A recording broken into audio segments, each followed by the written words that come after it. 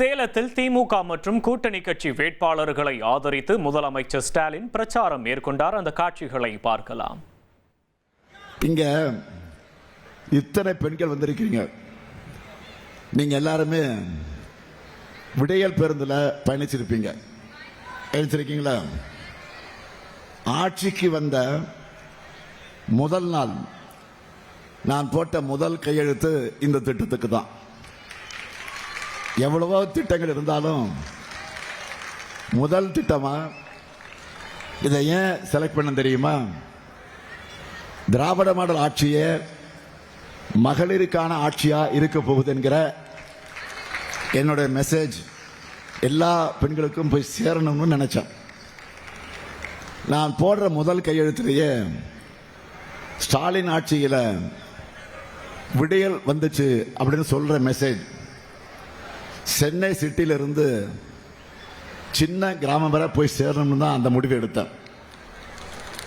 தமிழ்நாட்டு பெண்களுக்காக குடும்பத்தில் ஒருத்தன் இருப்பேன்னு நான் கொடுத்த பவர்ஃபுல் சிக்னல் அதான். இன்னைக்கு 900 கோடி முறை விடியல் பேருந்துகளில் பெண்கள் பயணிச்சிருக்காங்க. இந்த திட்டத்தை பற்றி சர்வே எடுக்க சொன்னேன். அதோட ரிசல்ட்டை பார்த்து நான் அடைஞ்ச மகிழ்ச்சிக்கு அளவே இல்லை.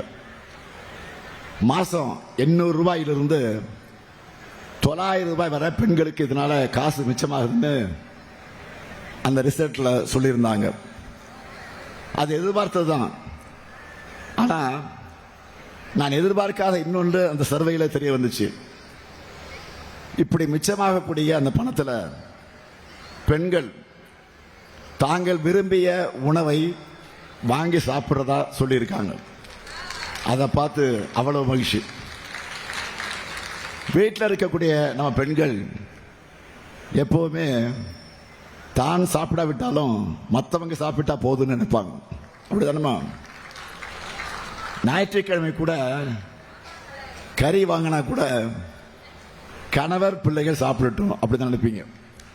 யதார்த்தத்தை சொல்றேன். ஆனா அப்படி இருக்காதீங்க. நீங்களும் நல்லா சாப்பிட்டு ஸ்ட்ராங்கா இருக்கணும். பெண்களான நீங்க ஸ்ட்ராங்கா இருந்தாதான் நம்ம தமிழ்நாடு ஸ்ட்ராங்கா இருக்கும். அது மட்டும் இல்ல, பெண்கள் பேருந்தில் பயணிக்கிறது இந்த திட்டத்தால் அதிகரிச்சிருக்கு. புள்ளி விவரத்தோடு சொல்லணும்னா, விடியல் பயண திட்டம் வந்த பிறகு பேருந்தில் பயணிக்கிறது, பெண்கள் பயணிக்கிறது 40 விழுக்காட்டில் இருந்து 70 விழுக்காடாக உயர்ந்திருக்கு. நினைச்ச இடத்துக்கு யாரையும் எதிர்பார்க்காம என் சகோதரிகள் பயணிக்கிறாங்க. அதிகாரிகள் கூடுதல் செலவினம் என சொன்னாங்க. நான் சொன்னேன், இது செலவினம் இல்லை. நமக்கு பிடிச்சவங்களுக்கு நாம பண்ற எதையும் செலவா சுமையா கருதக்கூடாது. நம்ம சகோதரிகள், நம்ம மகள்கள் சுதந்திரமா பயணிக்கணும், நல்லா படிக்கணும், வேலைகளுக்கு போகணும், கை நிறைய சம்பாதிக்கணும். அதுக்கு நாம செய்கிற முதலீடு இது. இதுக்காக எத்தனை 1000 கோடி ஆனாலும் பரவாயில்லை என்று நான் சொல்லிட்டேன். அடுத்து அமையவிருக்கும் ஆட்சியில் இன்னும் கூடுதலா பேருந்துகளை வாங்குவதற்கு நாம் திட்டமிட்டு அதை விரிவுபடுத்த போறோம். அடுத்து முக்கியமான திட்டம் கலைஞர் மகளிர் உரிமை திட்டம். 2021 நாம பெற்ற மாபெரும் வெற்றிக்கு அடித்தளமா அமைஞ்சது இந்த திட்டம். ஆகவே இந்த திட்டத்தை பற்றி நான் அதிகம் உங்களுக்கு சொல்ல வேண்டிய அவசியம் இல்லை. இதை நிறைவேற்ற முடியாதுன்னு நிறைய பேர் சொன்னாங்க, சவால் விட்டாங்க. நான் நிறைவேற்றி காட்டினேன். நிறைவேற்ற காட்டினது மட்டும் இல்லை, திராவிட மாடல் 2.0 ஆட்சிக்கு வருகிற போது 2000 ரூபாயாக உயர்த்த போறேன். இந்த பணத்தை உதவி தொகைன்னு சொல்லாம உரிமை தொகைன்னு ரொம்ப பர்டிகுலரா நான் அந்த பேரை செலக்ட் பண்ணேன். ஏன்னா பெண்களுடைய உழைப்பு இல்லாம மனித சமூகம் இல்லை. அதுவும் இந்தியா போன்ற விவசாயம் நிறைஞ்ச நாட்டில் பெண்கள் தான் அந்த விவசாய வேலையில் அதிகமாக ஈடுபட்டிருக்கிறாங்க. அது நம்ம வீட்டு பெண்கள் உழைக்கும் உழைப்பு சாதாரண உழைப்பல்ல. எல்லாருக்கும் முன்னாடி யார் எழுந்திருக்கிறா? பெண்கள் தான் காலையில் எழுந்திருக்கிறாங்க. வீட்டை பெருக்கி தெருவில் தண்ணியை தெளித்து சுத்தம் பண்ணுறாங்க. குளிச்சுட்டு டீயோ காப்பியோ போடணும். குழந்தைகளை ஸ்கூலுக்கு ரெடி பண்ணி அனுப்பணும். சமைக்கணும். சமைக்கிறத விட பெரிய தொல்லை என்ன சமைக்கிறது, ஒவ்வொரு வேலையும் யோசிக்கிறது. அடுத்த தொல்லை பாத்திரம் கழுவுறது. அப்படியே பாத்திரத்தை போட்டு வைக்காம கழுவி அதை கவுத்து சாட்சி வச்சாதான் பல பெண்களுக்கு நிம்மதி. கரெக்டு தானே? இது முடிஞ்சதும் துணியை துவைச்சு காய போட்டு மடிச்சு வைக்கணும். மழைக்காலம்னா இன்னும் கஷ்டம். அதில் கூட வீட்டுக்கு இருக்கக்கூடிய ஆண்கள் சட்டை பேண்டெல்லாம் அப்படியே போட்டுருவாங்க. பாக்கெட்டில் ஏதாவது இருக்கான பெண்கள் செக் பண்ணிட்டு அப்புறம் துவைக்க வேண்டியிருக்கும். வீட்டில் பெரியவங்களையும் கவனிச்சுக்கணும். வீட்டுக்கு தேவையான பொருட்கள் எல்லாம் வாங்கணும். எந்த காய்கறி எவ்வளவு விளைவிக்குதுன்னு பார்த்து குடும்ப பட்ஜெட்டுக்கு ஏற்ற மாதிரி எல்லாத்தையும் வாங்கணும். மாவு அரைச்சி வைக்கணும். மிளகாய் காய வைக்கணும். தண்ணி பிடிச்சி வைக்கணும். பிள்ளைகளுடைய ஹோம்ஒர்க்கு பண்ண வைக்கணும். அடையங்கப்பா, இதெல்லாம் சொல்லும்போது எனக்கே டயர்ட் ஆயிடுச்சு. அப்போ இதெல்லாம் செய்கிறது எவ்வளோ கஷ்டம். இதெல்லாம் பண்ணிட்டு ஆஃபீஸுக்கோ தொழிற்சாலைகளுக்கோ வேறு வேலைகளுக்கு போகிற பெண்களும் நிறைய பேர் இருக்காங்க. சமூகத்தில் கூலி தொழிலாளராக இருந்தாலும், டீச்சராக இருந்தாலும், அரசு ஊழியரா ஐடி ஊழியரா இருந்தாலும், நான் இப்போ சொன்ன வீட்டு வேலைகள்லாம் இருந்து பெண்களுக்கு ரெஸ்ட் இருக்காது.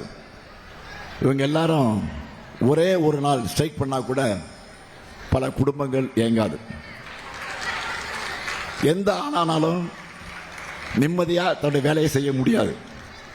ஆனால் உங்கள் ஒய்ஃப் என்ன பண்ணுறான்னு கேட்டால் பல பேர் ரொம்ப சாதாரணமாக சொல்லிடுவாங்க, வீட்டில் சும்மா தான் இருக்காங்க அப்படி சொல்லுவாங்க. இதை மாற்றணும். பெண்கள் இந்த சமூகத்துக்கும் குடும்பத்துக்கும் பண்ற பங்களிப்பை அங்கீகரிக்கணும் என்று நான் கொண்டு வரப்பட்டது தான் இந்த உரிமை தொகை என்பதை அழுத்த திருத்தமாக குறிப்பிடுகிறேன். 1000 2000 என்பதை கடந்து ரெஸ்ட் இல்லாமல் உழைக்கிற நம்ம பெண்களுக்கு இந்த அரசு தரக்கூடிய ரெஸ்பெக்ட் தான் உரிமை தொகை. முடியவே முடியாதுன்னு சொன்ன திட்டம் இந்த திட்டம். ஆனால் இன்னைக்கு 1,31,00,000 பெண்களுக்கு கிடைக்குது. அடுத்து அமைய இருக்கக்கூடிய 2.0 ஆட்சியில் 1000 ரூபாய் என்பது 2000 ரூபாயாக உயரப்போகுது. தேவைப்படக்கூடிய பயனாளிகள் எண்ணிக்கை கண்டிப்பாக உயரும்.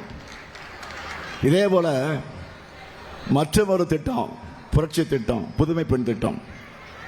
பெண்கள் உயர்கல்வியில் சேர்றது, அதுவும் கிராமப்புற அரசு பள்ளி மாணவிகள் கல்லூரியில் சேர்வது குறைஞ்சிக்கிட்டே வந்துடுச்சு. படிப்புக்கு பணம் ஒரு தடையா இருக்கக்கூடாதுன்னு உருவாக்கின திட்டம் தான் இந்த திட்டம். இந்த திட்டம் வந்த பிறகு பெண்கள் கல்லூரியில் சேர்வது 34 விழுக்காடு அதிகரிச்சிருக்கிறதா ஆய்வு முடிவுகள் வந்திருக்கு. பல ஆண்டுகளுக்கு முன்னாடியே படிப்பை முடிச்ச பெண்கள் கூட இந்த திட்டத்தால் திரும்ப படிக்க வந்திருக்கிறாங்க. கல்வியில் சிறந்த தமிழ்நாடு. இதுபோல திருமணத்துக்கு பிறகு திரும்ப படிக்க வந்த ஒரு பெண்ணுக்கு இந்த திட்டத்துடைய பயண உணர்ச்சி பொங்க பேசுனாங்க. மேக்ஸ் டீச்சர் ஆகணும் அப்படின்னு இதன் மூலமாக படித்து முன்னேறி கூட பெண் பேசினாங்க. நான் அன்பு மகளை அழைச்சி உச்சி முகந்து பாராட்டி உச்சந்தலையில் முத்தம் கொடுத்து என்னுடைய பேனாவை எடுத்து அன்பளிப்பாக கொடுத்தேன். அந்த காட்சி தமிழ்நாட்டு மக்கள் நெஞ்சத்தில் நீங்காம பதிச்சு. இதுதான் புதுமை திட்டத்தினுடைய வெற்றிக்கு சான்று.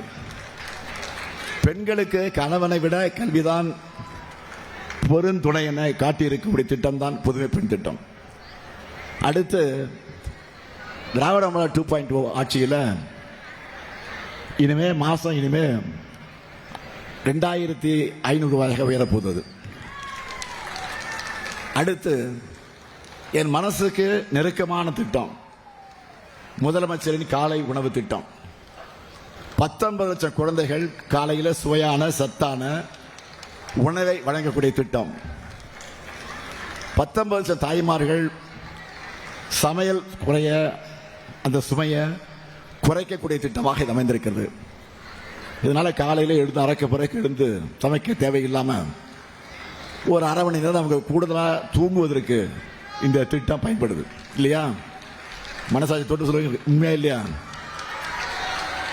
ஸ்டாலின் அண்ணனே ஸ்கூலில் சாப்பாடு போடுறாரு, ஏன்னா அவங்க நிம்மதியாக பிள்ளைகளை அனுப்பி வைக்கிறாங்க. இதை விட எனக்கு வேற என்ன மகிழ்ச்சி வேணும்?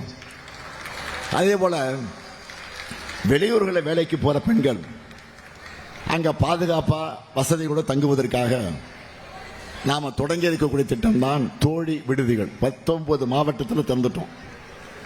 திராவிட மாடல் ஆட்சியில் 2.0 ஆட்சியில் எல்லா மாவட்டத்திலையும் திறக்க போகிறோம். ஒன்றிய அரசு இந்த திட்டத்தை பாராட்டி அவங்களும் செயல்படுத்த போறதா அறிவிச்சிருக்கிறாங்க என்பதுதான் இதனுடைய மிகப்பெரிய வெற்றி. இது போக தமிழ்நாட்டில் எந்த கம்பெனி தொடங்கினாலும் தொழிற்சாலை தொடங்கினாலும் பெண்களுக்கு இதனால எவ்வளவு வேலை வாய்ப்பு கிடைக்கும் என்று தான் நான் முதல்ல கேட்பேன். பெண்களுக்கு அதிக வேலைகளை கொடுத்தா அந்த கம்பெனிகளுக்கு அரசு சார்பில் கூடுதல் சலுகைகளை கொடுக்கிறோம். இந்தியாவிலேயே முதல் மாநிலமாக பெண்களுக்கு சொத்துரிமை கொடுத்து பெரியார் அம்பேத்கர் கனவை நிறைவேற்றும் ஆட்சி தான் திமுக ஆட்சி. அதை செஞ்சவர் கலைஞர். அவர் வழியில் பெண்கள் பேரில் சொத்து பதிவு பண்ணா அதுக்கு கட்டண சலுகை அறிவிச்சிருக்கிறோம்.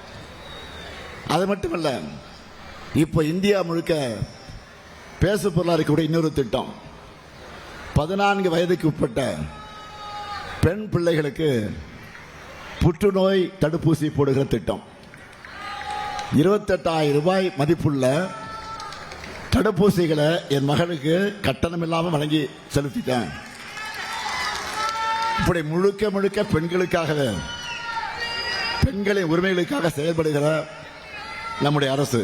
நான் உறுதியாக சொல்றேன், இந்த முத்துவேல் கருணாநிதி ஸ்டாலின் ஆட்சி எப்பவுமே பெண்களின் நலனுக்காக ஆட்சி. நம்மை பார்த்து பெண்களுக்கான இடஒதுக்கீடு வர்ற நேரத்தில் ஏதோ சதி பண்றாங்க, திமுகவுக்கு இது பிடிக்கல என பழனிசாமி பேசியிருக்கிறார். 33% இடஒதுக்கீடு என்றால் என்ன என்று பழனிசாமிக்கு தெரியும் முன்பே உள்ளாட்சிகளில் அதை செயல்படுத்தினவர் தான் நம்முடைய தலைவர் கலைஞர். இதை அப்பவே 50 விழுக்காடா நடைமுறைப்படுத்தியவன் தான் உங்கள் முன்னால் நிற்கிற இந்த ஸ்டாலின். சட்டமன்ற நாடாளுமன்றத்தில் பெண்களுக்கு 33 விழுக்காடு வேணும்னு பல ஆண்டு காலமாக திமுக போராடிட்டு இருக்கு. பாஜக நினைச்சா அதை எப்போவோ கொண்டு வந்திருக்கலாம். நாங்களும் அதைத்தான் கேட்கிறோம். ஆனால் தேவையே இல்லாமல் சென்சஸ், தொகுதி மறுவரை என சம்பந்தம் இல்லாத விஷயங்களோட அதை முடிச்சு போட்டு அது நிறைவேறக்கூடாதுன்னு பாஜக நினைக்கிறது. அவங்களும் பெண்கள் இடஒதுக்கீட்டுக்கு எதிரானவங்க என்று பழனிசாமி சொல்ல போகிறாரா? மிஸ்டர் பழனிசாமி, முதல்ல புரிஞ்சுக்குங்க, இந்த பிரச்சனை பெண்கள் இடஒதுக்கீடு அல்ல, அதை எல்லோரும் வரவேற்கிறோம். தொகுதி மறுவரையை தான் இங்க பிரச்சனை. தமிழ்நாடு கொதிச்சு போயிருக்கு. நாளைக்கு எல்லார் வீட்லையும் கருப்பு கொடியேற்ற போறோம். பெண்கள் நீங்கள்லாம் பாஜகவின் அலங்கோல சட்டத்துக்கு காலையில் வீட்டு வாசல்ல கோலம் மூலமாக எதிர்ப்பு தெரிவிக்க போறீங்களா இல்லையா? இது அரசியல் வேறுபாடுகளுக்கு இடமே இல்லை. மொத்த தமிழ்நாட்டையும் ஆபத்து சூழ்ந்திருக்கு. எடப்பாடி அவர்களே, கடைசி வரை கோழையா அடிமையா இருந்தா தமிழ்நாட்டின் களங்கமாகத்தான் வரலாற்றில் நீங்க நினைவு கூறப்படுவீங்க. இது வரலாறு உங்களுக்கு கொடுத்திருக்க கடைசி வாய்ப்பு. ஒரே ஒரு முறையாவது பாஜகவை தைரியமாக எதிர்த்து பேசுங்க. உறுதியான எஃகு பெயர் பெற்ற ஊர் இந்த சேலம். இப்படிப்பட்ட பெருமைமிகு ஊர்ல பிறந்துட்டு ஏன் டெல்லிக்கு முதுகு வளைஞ்சிருக்கீங்க? வெக்கமா இல்லையா? பக்கத்தில் இருக்கக்கூடிய கேரளா, தெலுங்கானா, கர்நாடகா போன்ற மாநிலங்கள் கூட அவங்க உரிமைகளுக்காக குரல் கொடுக்கிறாங்க. கட்சி வேறுபாடுகளை மறந்து ஒரே குரல்ல பேசுறாங்க. நீங்க தமிழ்னா தமிழ்னா இருந்துட்டு தமிழ்நாட்டுக்கு இப்படி துரோகம் செய்யலாமா? உங்க துரோகங்களுக்கு தண்டனை மே 4 அன்று கிடைக்கத்தான் போகுது. ஒட்டுமொத்த பெண்களின் ஆதரவோட திமுக மீண்டும் ஆட்சி அமைக்கத்தான் போகுது. இனி செல்லும் இடமெல்லாம் செய்தி. தந்தி டிவியின் வாட்ஸ்அப் சேனலை ஃபாலோ பண்ணினா செல்ல இருக்கும் இடமெல்லாம் செய்தி. இதோ QR கோட் இப்பவே ஸ்கேன் பண்ணுங்க, ஃபாலோ பண்ணுங்க.